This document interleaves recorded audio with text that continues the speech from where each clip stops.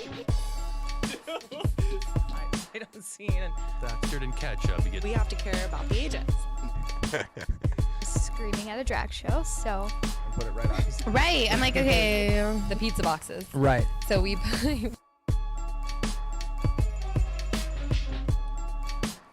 Welcome back. What's going on? We're on the mic here. Today I have Teresa Compton, soon to be Teresa. Stimpert. See? So we're getting married. We're eloping to Scotland. Yes. Pull that microphone just a little closer to you. Yeah, you can move that sucker anywhere you want. Okay. We're eloping to Scotland, and when I say we, I mean you and your fiance, so Yep. that's exciting. How many weeks are we out from that? We are 3 weeks away. Yikes. Yeah. Wow. I did see the new business cards came in. Yes. That's incredible. But anyway, before we even catch up to that point in our life, let's Yeah. kind of go back. Let's find out who you are, where you grew up, where you came from, and then Sure. getting into real estate. So again, you were Teresa Compton, and you... Oh, yeah. So I actually was born in Jacksonville. So I'm Awesome. Yeah, like sort of a native, but sort of not, because I grew up mostly in West Virginia. So Okay. from elementary school all the way till I finished grad school was in West Really? Virginia. Yes. But I was always tied to here. So I would always come home. Right. Jacksonville really does feel like home. And then finally came back here in 2016. So I've been here ever since. Awesome. Okay, and now what did you do before real estate, or was it always real estate? Like you mentioned grad school, so I didn't know. Yeah, so I actually got into marketing, and that's what my degrees were in. I know. I can't take it from you because it's all you have, Todd. Yes, No. you are not wrong. No. Yeah. But no, I got into integrated marketing communications. I did lead generation and a few other things for Johnson & Johnson and Brightway Insurance, which actually was a big reason why I chose to work here.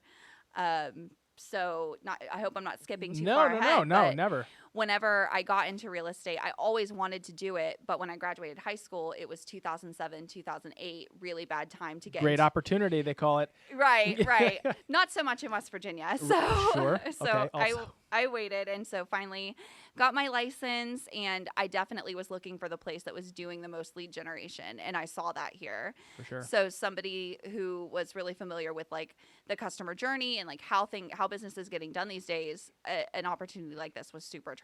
Yeah.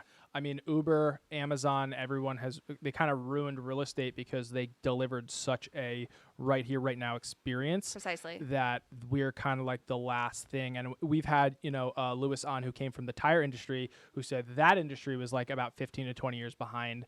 Real estate, not far behind that either, as like one of the last kind of little outlets to like catch up to this tech world. Right. And this tech boom that we're having. So that's really funny that you recognize, coming from lead generation, you're like, yeah, it seems like they're generating all the leads and they have it, so there's no really reason for me to do that. I'll kind of just piggyback off that. Exactly. I knew that, everything that I had studied, everything that I had worked in the past on showed me that experiences are becoming digital. And so you guys were capitalizing on that business, so the choice was really easy to come here. Yeah, awesome. So now you took it on your own accord to like get licensed, or like how did that happen? Did you talk to like Megan pre you being licensed? How did that work?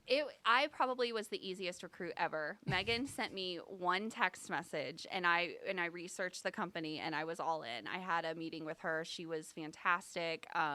Still, I mean, we're great friends now. So, but I did get my license with a little push from my fiance. He, it was one of those things where I just offhand mentioned, I would love to be a real estate agent.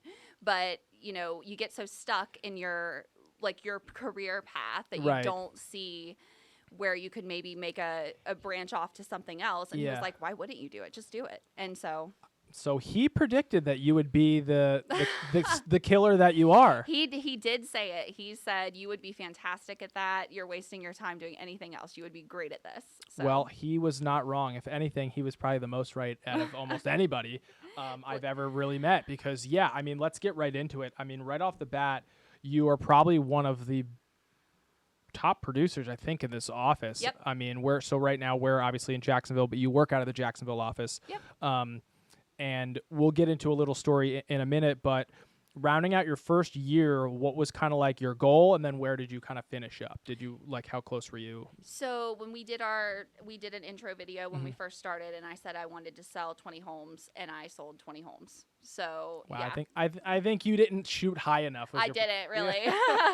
But that's wild that you just 2020. That was it. Yeah, and but the volume was really great. I Okay. did 9.6 million, and that was only in 9 months because I didn't start until March, April. So Right. mhm. Okay. Yeah, I knew we just kind of like came just over your year anniversary there, because we always obviously try and highlight our agents. We get to everybody, but as we keep new agents, and we have people like Bradley now, and then you have a huge closing. We're just like we're all over the place. Yeah, a lot of success around here. But yeah, there's a great story. So this is pretty much how our business model works: is that someone with a sphere of influence is such that maybe it's 20 people, maybe it's 100 people. Right. Okay. You're going to call that 100 people how many times, and how many of them at whatever point are buying a house. Right. You come into this company, you get a company generated lead, and you sell a house for what was well, let's not even get into the house. The house, beautiful house, was on a road in Palencia, which is just south of here. Yeah. Okay. So you bring a buyer, hey, we're going to buy this house. Great. The next door neighbor sees the house go on the market and then sees what it sold for, and then instead of going with the listing agent, you get a phone call. Precisely, yeah. Why? I think because she recognized that we brought the buyer, so we had her buyer too, right? If we had the people that could, and we moved quickly on the house next door. So we brought them quickly, we brought them competitive.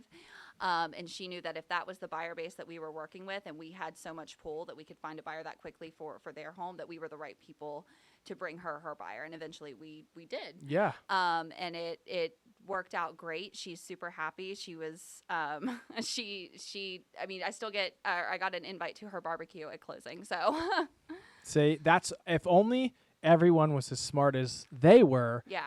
I mean, my job would be even easier than it already is. Right. Because, yeah, I thought that was wild when I heard that story of, again, company lead transaction. Awesome, right? Exactly how we drew it up. Right. Then your phone rings and it becomes a personal referral Right. off of the business you already did. And the best part is what was the commission split on that? 90%. So 90% of 3%, because we are fantastic negotiators. Full 3%. I mean, DJ had just posted about people kind of cutting their commission, and we were just talking to Brittany earlier about when you cut your commission. Obviously, the experience isn't the same as before. Right. Like if you go into Disney World, like, hey, $1 tickets, you're like, am I going to get the full $300 show? Right. You're never going to do that. But we stick to our guns, right? So you got 90% of your 3% side. That's incredible. Oh, it was. I mean, it made my next 5 years. So Yeah. it was really cool. It made eloping to Scotland much more like, yeah. okay, let's do it. Yeah. Well, we definitely made some upgrades to the accommodations after. So Yes, awesome. So are you guys? So now let's get into eloping to Scotland.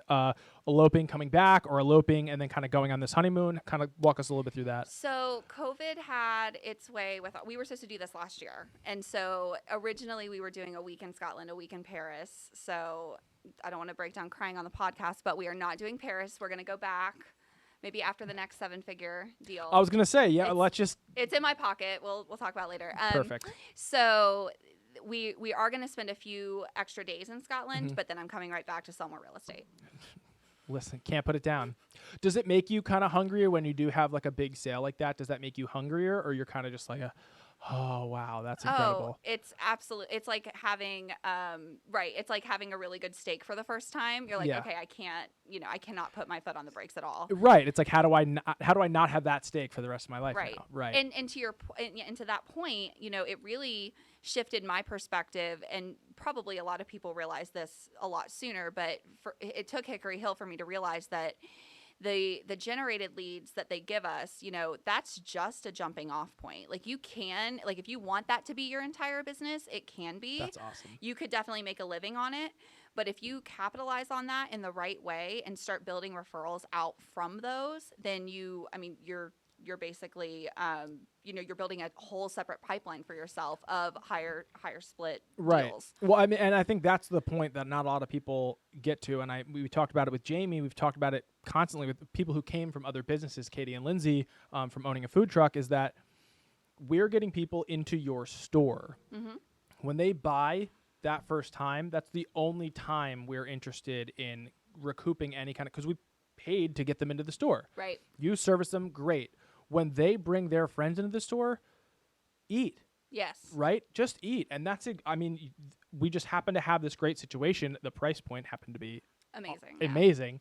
But that's literally, exactly how you do it. I mean, we have other agents in this office that are really kind of at that point where they're like, my sphere of influence now is large because of the amount of deals. So where are we at now in your so we're past a year, working on year number 2, goals. What's our final, what kind of like, where are our goals? So my goal is to sell 45 homes this year. Okay, so we're doubling and then some. And then some, yeah. And so I have closed 22, I believe, and for 11.6 million. So I don't think I'm gonna have any trouble hitting it. No, yeah. Especially going to Scotland. Yeah, well, I mean, we're gonna take 1 week off, but like Brittany says, you can't go on vacation and not execute. So that's what it is. Yeah. But like this Saturday, I have a personal lead that I'm taking to Yulee that is absolutely, it's not a $3 million price point, but eventually more of those start to creep into your pipeline. Right. It becomes less stress for you because you already have their trust.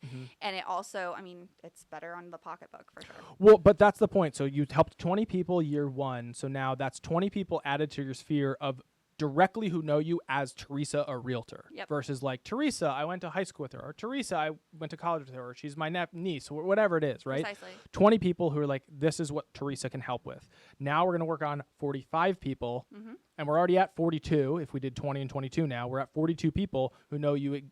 I mean, that's how the business gets built, is just by doing transactions, helping people. You're not really going to build a business by just bumping elbows with people at a networking event, and then you're just like, all other realtors. Yeah. So it's like, maybe great for referrals, but like, unless you're going to a networking event in Colorado, you guys are all realtors in this area. So why would I call you unless I'm like, hey, I have this buyer, you have a listing like this, which I think we also solved that problem too with our coming soons, of course, and internal marketing because of our size and our database.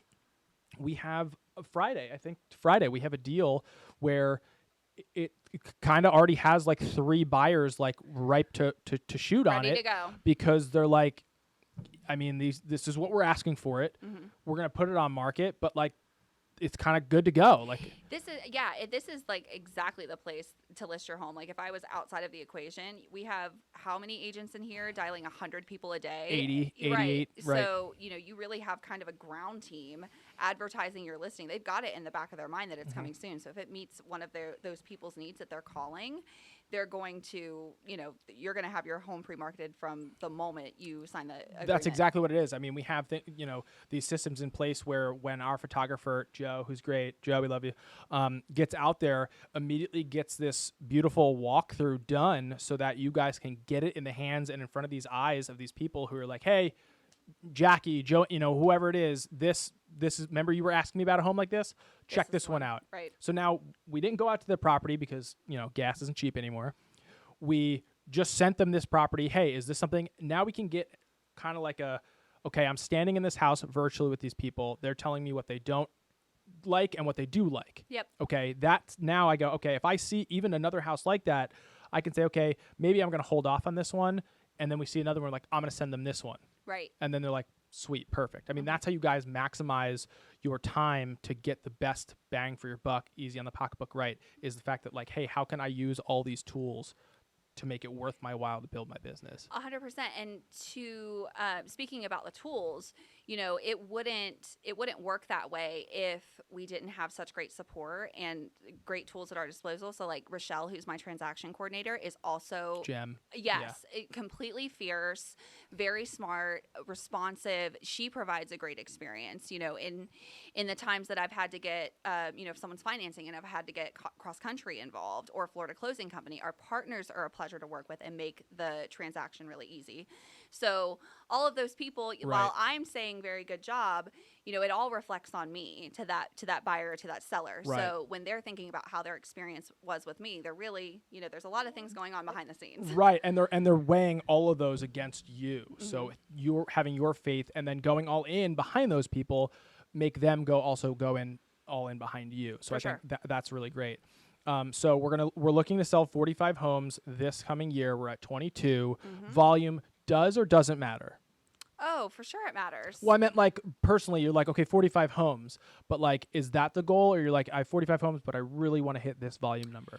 I would say that the volume is secondary to the units, just because, I'm still it feels weird to say that I'm only on my second year, but I am. It's crazy.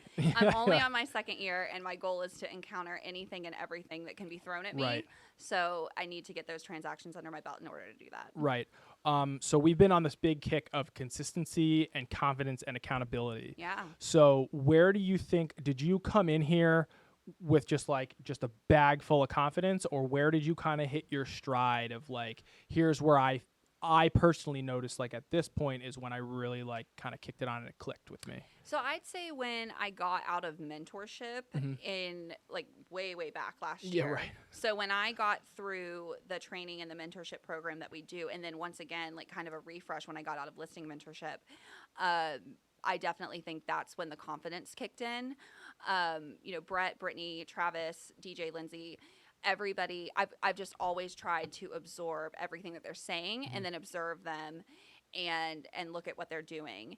And none of this is, Teresa at her core. This is all the clay that they have kind of molded into this agent. So once I felt like I had digested enough of that, and once I started seeing the experiences people were having with me and seeing their dreams come true, getting this, like VA buyers getting their first house, or FHA buyers getting their house, their closing costs covered, and all this kind of stuff. Once that started happening, it was like, oh yeah, okay, I really am doing something important, and I'm good at it. Right. It feels good to help people. So it's the unit number counted. It wasn't really so much the volume. Not at all. I mean, of course, volumes, right. I'm not saying volume's not important. Yeah. I'm just saying the generality is that you're like, hey, if I can have 45 deals, the experience of 45 deals, helping 45 families, people, whatever that may be, that's the goal. Yes, obviously I don't want 45 deals and $450,000 in volume. That doesn't help. Right. It's the volume is reflective of it.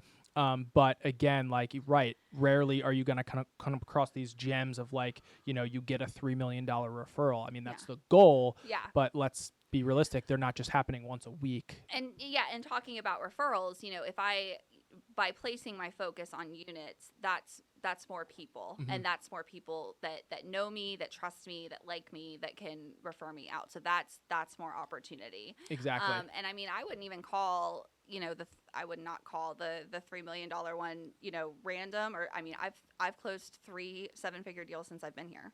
That's so wild. And we're just in year 2. I know. That's crazy. I didn't know that. I mean, half the time I get, I don't want to say secondary information, but it's usually from Brett or Brittany, and it's if like either in passing or Travis. We've tried to build the system where we see a final contract come through when it's executed, so that we can be on the forefront of that. Matt does a great job tracking that, because of what goes on in my skull is like, I don't even want to know. It's bananas. We had a good laugh yesterday, but yeah, that's incredible that you've closed 3 7-figure deals. Yeah. Just from being here. I remember when we celebrated the closing of Hickory Hill, we surprised you outside. Oh no. I knew he was going to bring this up. Yeah, you hit us. We'll maybe throw the video in there.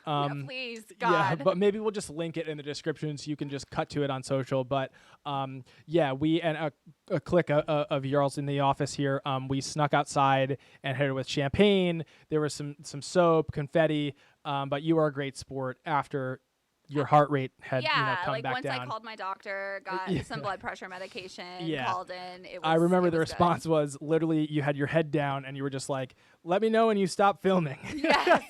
and then as soon as the camera shut off, it was curse this, curse that. Yeah. Y'all, I'm from the west side of the bridge. You can't hit me. You Can't cannot sneak start up on me. popping things at me. It's not that kind of situation. The hand went into the purse real quick, and it came out empty, luckily. But that was a lot of fun. And again, we try and celebrate that, but maybe for you, we'll just stick to the money again. Yeah. The money again was more your Give speed. me a good, a soft 30-minute like warning, like, hey, Hey, you we're know. coming in a little hot. Why don't you kind of prepare yourself? Yeah, just do some deep breathing. Yeah, and we're coming in, and we'll, like I said, we'll just stick to the money gun. The money gun's the move. That Yeah, was fun. yeah, the money gun was easy. Yeah, we Yeah. just rain money. It's great. Just a little celebratory thing. It's always really fun for the people in the office to watch me try to be humble. So any opportunity for that's always entertaining. Excellent. Well, Teresa, we absolutely love you. Thank you so much. This is long overdue, but you're going to Scotland. You're always out on showings. You're always right. It's like we see you in the office during normal prospecting hours, but you're always just on the executed docket. It's just always Teresa Compton, Teresa Compton, Teresa Compton. So, again, we've tried to make this work, but I'm so stoked that we finally got you on here. So, Me too. Thank you so much for having me. Absolutely. Don't forget, this podcast is sponsored by Audible. Audible is a great way to listen to books when you're on the road going to showings and can't sit there and read, or if you're like me and you don't like reading, but you really need to read because it's a great way to learn. Audible.com/DJ&Lindsey. There's some sort of promotional something. I literally never know. I don't even know how many podcasts it is, and I just don't even know what the referral is at this point. But thanks again. We're trying to do these every single week. Follow Teresa. She is at Teresa Sells FL. Teresa Sells FL. I should know this because I tag you in almost everything we do. But again, thank you so much, and we'll see you on the next one.